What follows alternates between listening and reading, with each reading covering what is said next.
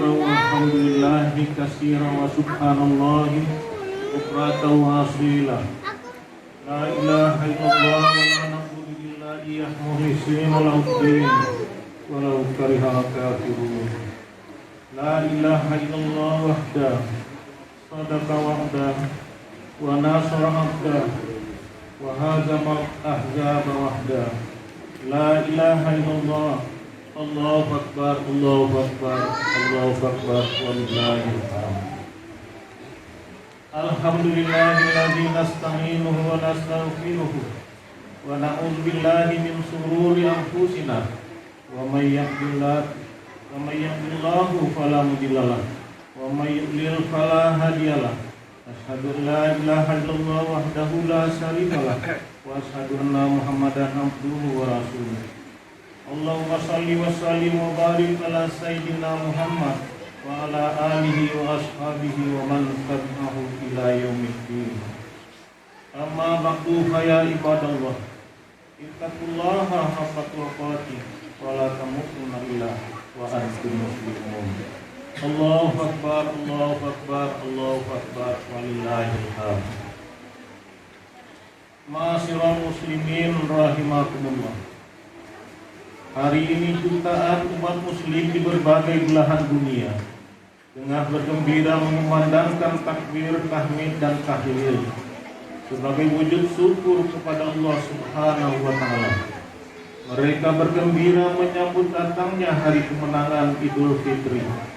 Namun ketahuilah, Allah tidak menjadikan hari raya besar ini kecuali untuk tujuan utama yang mulia.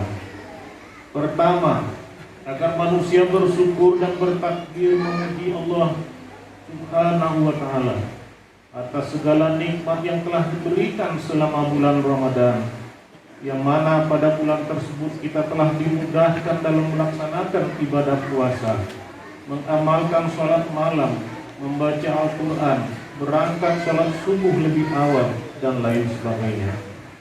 Allah Subhanahu wa ta'ala berfirman dalam surat Al-Baqarah ayat 185. Wa tukmilul iddati wa tukabbirullaha ala ma hadakum wa la'allakum tashkurun. Dan hendaklah kamu mencukupkan bilangannya, dan hendaklah kamu mengagungkan Allah atas petunjuknya yang diberikan kepadamu, supaya kamu menjadi orang yang bersyukur.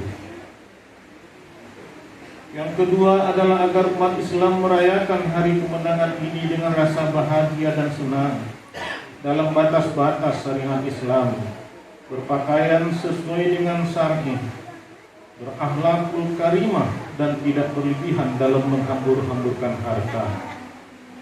Allah Azza wa Jalla berfirman dalam surat Al-Maidah ayat 77 yang artinya, wahai ahli kitab, janganlah kamu berlebihan melampaui batas dengan cara tidak benar dalam agamamu, dan janganlah kamu mengikuti hawa nafsu orang-orang yang telah sesat dahulu sebelum kedatangan Muhammad, dan mereka telah menyesatkan kebanyakan manusia, dan mereka tersesat dari jalan yang lurus.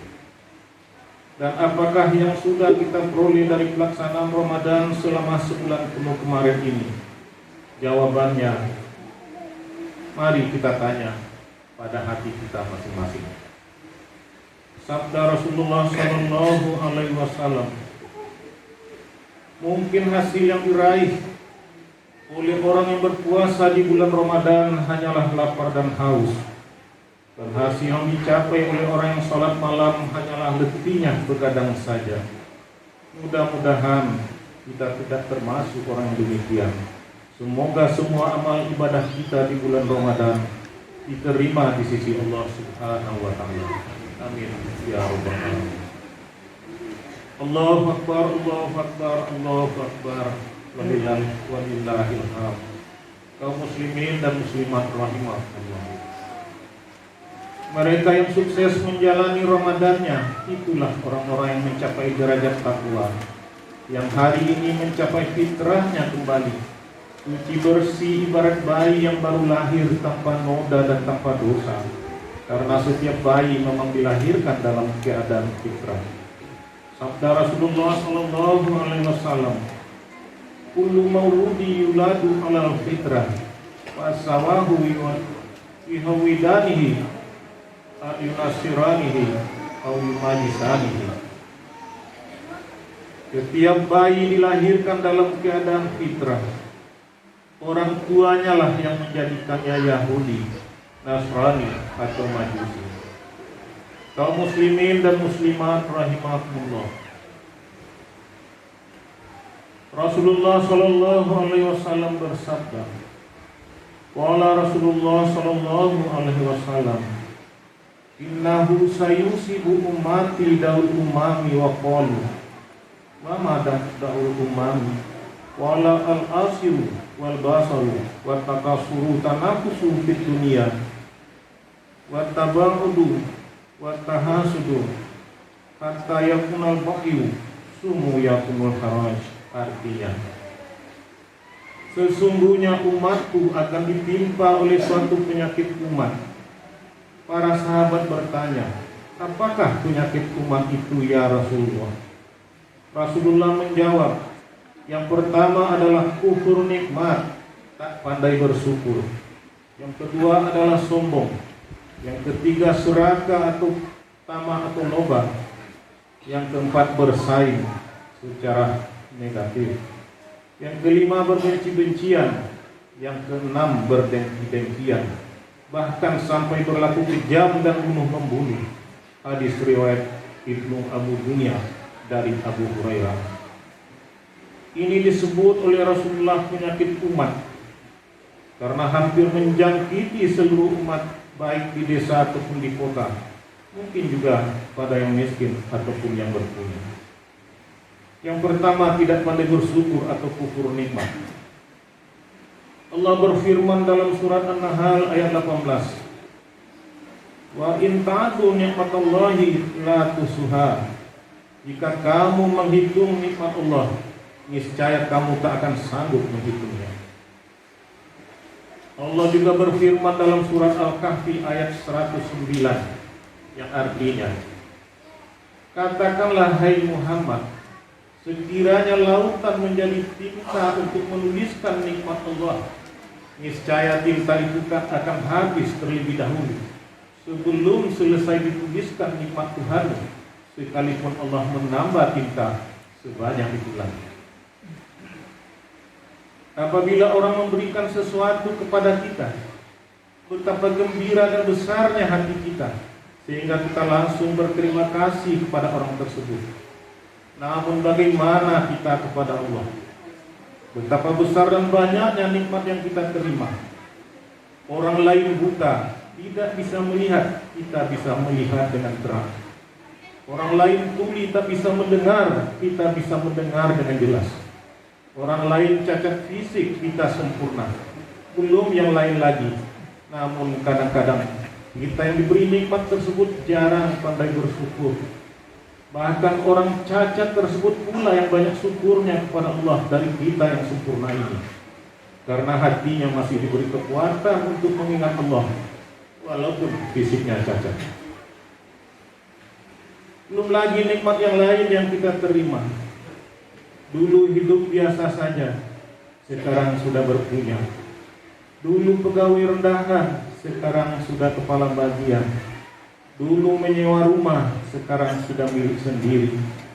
Dulu anak yang dibelanjakan, sekarang anak sudah berhasil.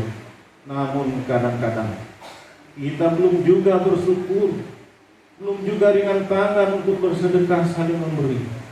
Ingatlah, jika Tuhan berkehendak, kekayaan yang dipunyai, harta yang melimpah, sawah ladang yang luas, wajah yang cantik, fisik yang sempurna, itu pun dalam sekejap bisa dirubah oleh Allah Subhanahu wa Ta'ala.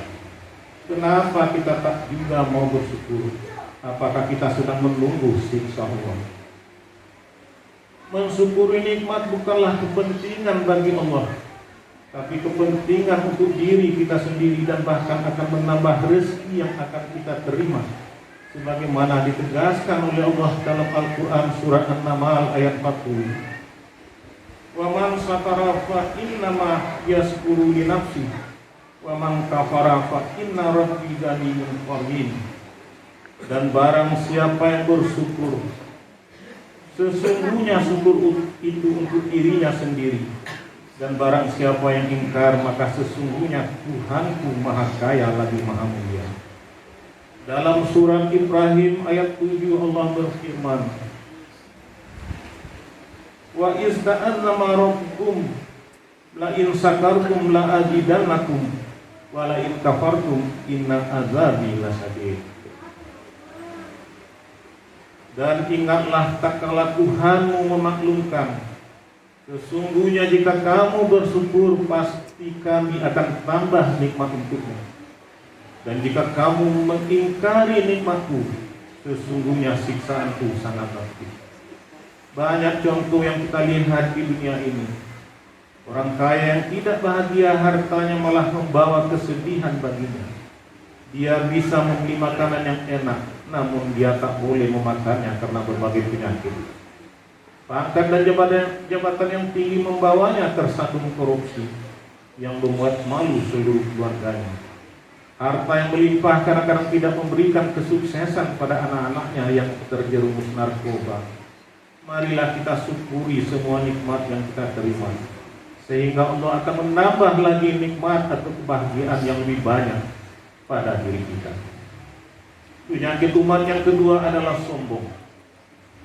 Kenapa harus sombong hidup di dunia ini? Kekayaan, kedudukan, pangkat, jabatan, kemegahan, kecantikan, ketampanan, toko yang bertingkat, sawah dan ladang yang luas, rumah yang megah, mobil yang mengkilat atau ternak yang banyak, semuanya itu adalah titipan Allah semata. Kenapa harus sombong? Sebab semuanya itu adalah titipan Allah semata, di mana jika yang punya mau mengambilnya, kita tak bisa berbuat apa-apa. Namun masih banyak orang yang sombong di dunia ini, baik di kota ataupun di desa. Bahkan karena kesombongan mereka menyatakan bahwa semua yang mereka peroleh adalah hasil jerih payah mereka semata, hasil keringat mereka dan hasil kecerdasan mereka. Allah berfirman dalam surat Luqman ayat 18, wala tusair haddaka linnasi wala tamsil fil ardi maraha innallaha la yuhibbu kulla muhtalin fakhur, yang artinya, dan janganlah kamu memalingkan mukamu dari manusia karena kesombongan. Sesungguhnya Allah tidak menyukai orang-orang yang sombong lagi membanggakan diri. Penyakit umat yang ketiga adalah serakah. Serakah sering juga disebut loba atau tamak, yaitu sifat ingin memperoleh lebih banyak atau lebih dari orang lain. Saat ini masih ada umat ini yang ingin mendapatkan harta yang banyak atau ingin mendapatkan jabatan dengan cara sikut menyikut, dengan cara tidak halal, memfitnah orang, menjelek-jelekkan orang, memadamkan lilin orang, menyogok, SMS, senang melihat orang susah. Kenapa harus dipadamkan lilin orang? Pompa saja lampu kita. Tapi yang penting kita dapat harta atau kita dapat kedudukan pangkat, biarlah orang lain terpijak atau kita rugikan. Nabi Isa alaihissalam mengatakan, keserakahan manusia terhadap harta benda tak ubahnya seperti orang yang sedang merebut minuman keras, yang tidak akan mau berhenti sebelum mabuk, atau mungkin juga sebelum diberi cobaan oleh Allah, atau sebelum masuk penjara. Kenapa harus serakah dalam hidup ini? Yang akan kita bawa ke kampung akhirat hanyalah amal, dan harta akan tetap tinggal di dunia ini. Penyakit yang keempat adalah bersaing dalam arti negatif. Penyakit bersaing merupakan tindak lanjut dari serakah. Dalam usaha dagang sering terjadi persaingan yang tidak sehat, saling buruk-memburukan, jatuh menjatuhkan, padahal sebenarnya rezeki pun sudah ditetapkan oleh Allah sesuai dengan usaha kita. Oleh sebab itu, kenapa kita harus berlomba-lomba dalam kemungkaran, dalam hal yang tidak diridhai oleh Allah Subhanahu wa ta'ala. Penyakit umat yang kelima adalah benci-membenci. Penyakit benci-membenci dalam pergaulan merupakan sikap yang amat buruk dan berbahaya. Ini lebih banyak disebabkan oleh salah sangka tanpa menyelidiki yang sebenarnya. Banyak persaudaraan yang putus karena sifat ini. Bahkan antar sesama saudara bisa tidak bertegur sapa serta tidak berkomunikasi sama sekali. Allah Subhanahu wa taala berfirman dalam surat Al-Hujurat ayat 6. Ya ayyuhallazina amanu in ya'akum fasiqun binaba'in fatabayyun an tusibu qauman jahalatin fatusibu ala ma fa'altum nadimin, yang artinya, apabila datang kepadamu orang fasik membawa suatu berita atau mungkin berita melalui WA, hendaklah kamu periksa dengan teliti agar kamu tidak menimpakan suatu musibah kepada orang lain tanpa mengetahui keadaannya yang menyebabkan kamu menyesal atas perbuatanmu. Jadi janganlah cepat percaya pada berita di WA, Twitter, YouTube, SMS, Instagram, Messenger, dan lain sebagainya sebelum jelas sumbernya. Apalagi kadang-kadang kita tidak mengetahuinya, sudah langsung men-share-nya pada grup lain yang mungkin saja akan menambah dosa-dosa kita. Penyakit umat yang keenam adalah dengki. Saling dengki adalah penyakit rohani yang amat merusak. Siapapun bisa dihinggapinya. Kenapa kita harus dengki ketika suami orang naik pangkat? Kenapa harus dengki ketika Allah memberikan nikmat lebih kepada seseorang? Kenapa harus dengki pada tetangga sebelah yang membeli mobil? Kenapa harus dengki kepada para bola TV yang tertancap di atas atap rumah tetangga? Kenapa? Apakah kita tidak yakin bahwa Allah itu Maha Pemurah dan telah menentukan nikmat yang akan diberikan pada seseorang? Ingatlah dan yakinilah bahwa masih banyak nikmat Allah yang telah kita terima. Sabda Rasulullah sallallahu alaihi wasallam, Al-hasadu yakulul hasanati kama yakulun narul fatar. Kedengkian seseorang akan menghabiskan amal-amal kebaikannya sebagaimana api menghabiskan kayu-kayu yang bersih. Sesungguhnya 6 sifat-sifat yang di atas, tidak pandai bersyukur, sombong, serakah, bersaing dengan menginjak orang, membenci, iri dan dengki, sering bersarang di lubuk hati manusia. Tidak pandang bulu, orang kota, orang desa dapat saja berbuat demikian. Tidak ada lagi kata-kata lemah lembut, saling menghargai, saling membantu, saling menyayangi, pemurah, jujur atau pemaaf. Kenapa ini terjadi? Karena manusia sudah keluar dari bingkai fitrahnya yang suci dan bersih. Al-Quran tidak lagi dijadikan pegangan hidup. Al-Quran hanya dijadikan pajangan di rumah dan dibaca di saat ada kematian. Mereka berlomba-lomba mengejar materi, mengejar uang, pangkat, jabatan atau kekayaan, walaupun diperoleh dengan cara tidak halal.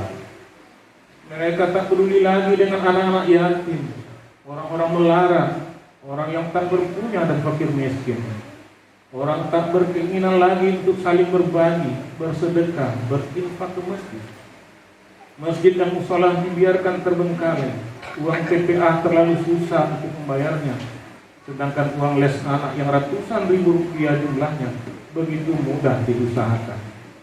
Masjid dan musola mungkin saja ramai di saat Ramadan dan kemudian lengang kosong melompong sampai Ramadan berikutnya.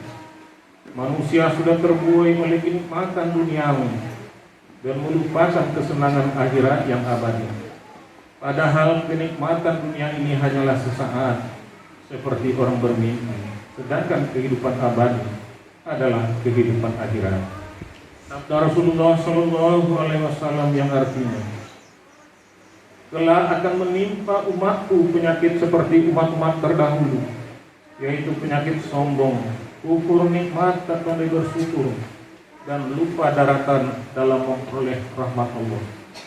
Mereka berlomba-lomba mengumpulkan harta dan bermegah-megahan dengan harta tersebut.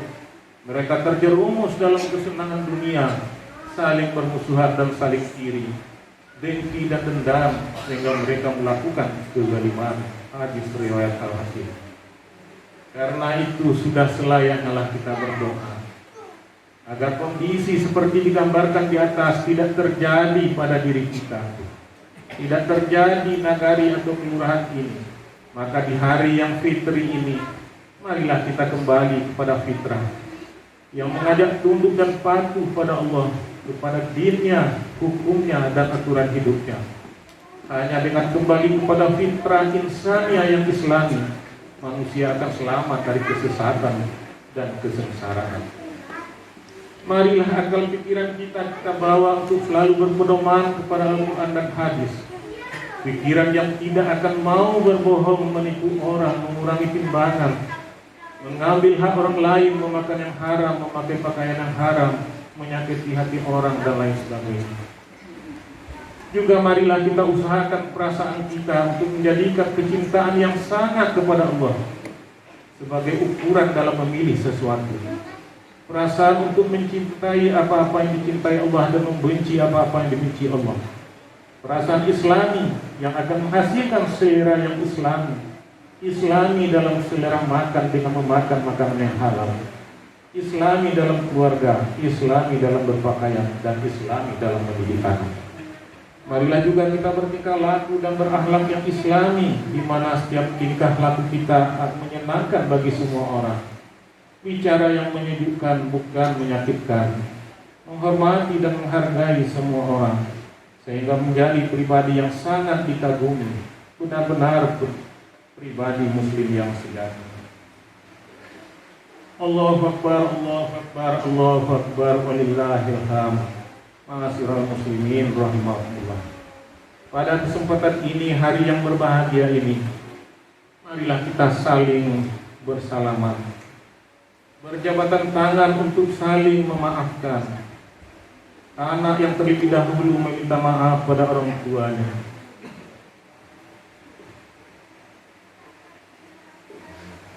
Istri yang terlebih dahulu meminta maaf pada suaminya. Adik yang meminta maaf pada kakaknya, sehingga kita benar-benar kembali kepada fitrah kita. Nabi Muhammad SAW bersabda, apabila dua orang muslim saling berjumpa, lalu berjabatan tangan dan mengucap alhamdulillah dan beristighfar, maka Allah Azza wa Jalla akan mengampuni dosa-dosa mereka. Hadis riwayat Abu Dawud. Barakallahu li wa lakum fil Qur'anil azim, wa nafa'ni wa iyyakum bima fihi minal ayati wal dzikril hakim.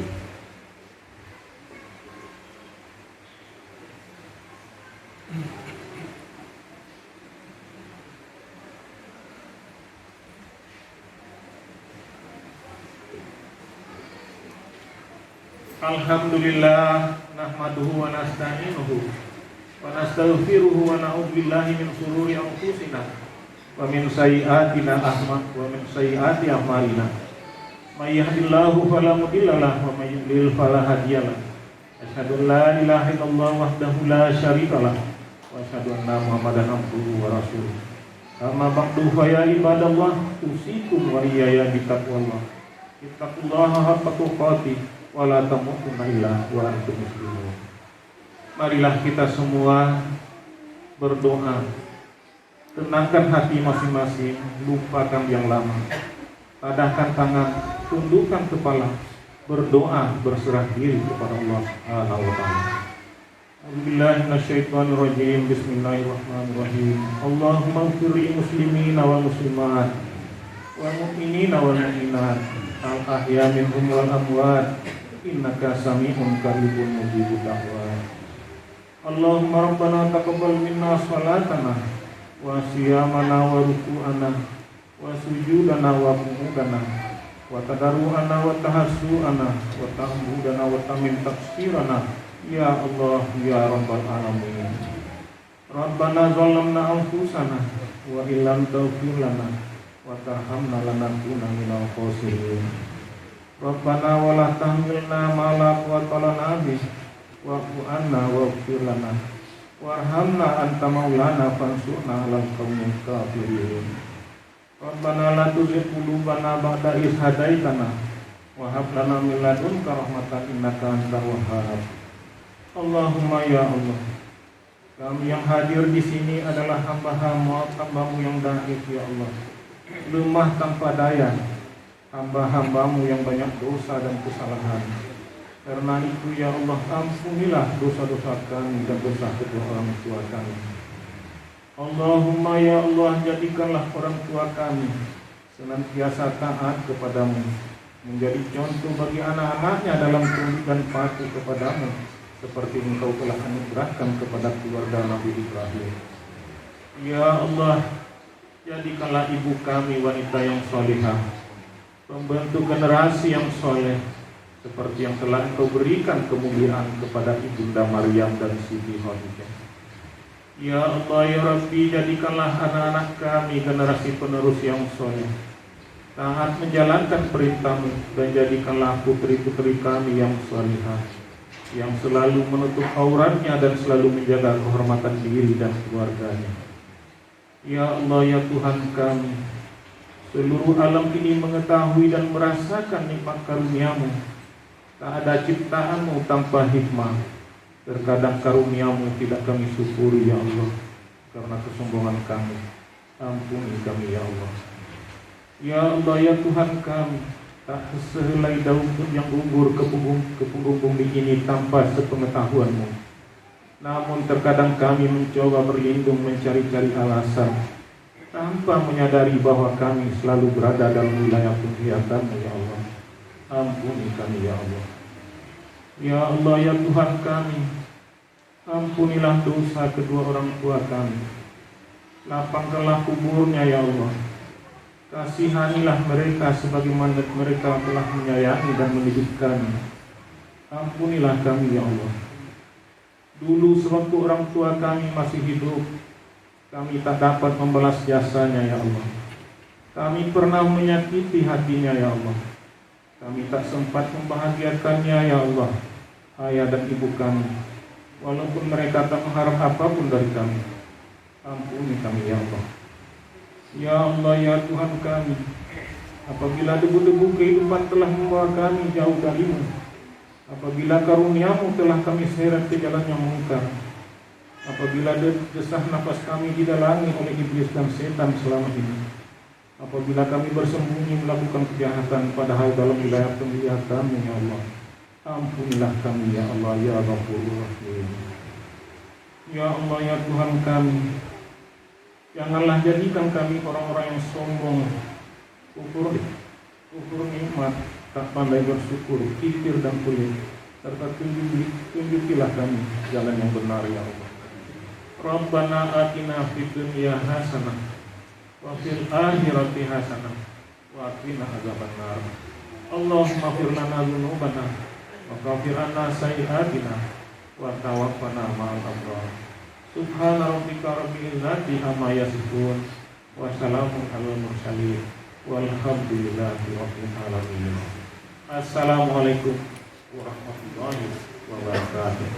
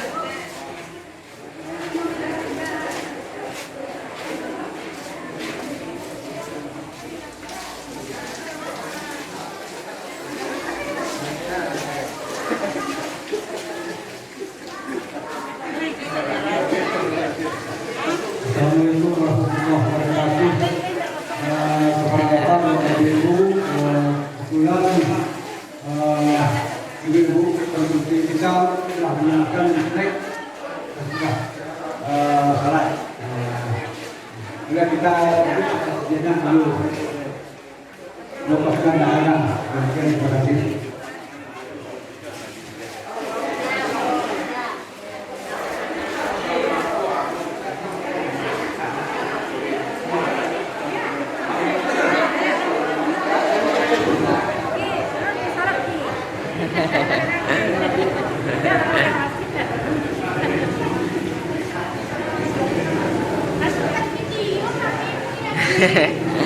Jadi kameramen lo gini lah. Jadi kameramen lo gini lah.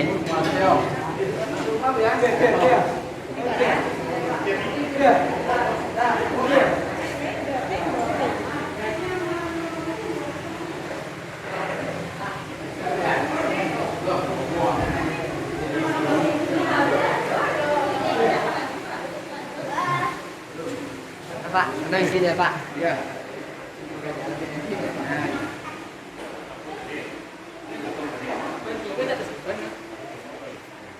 Depan lah. Ya petak dah. Tak.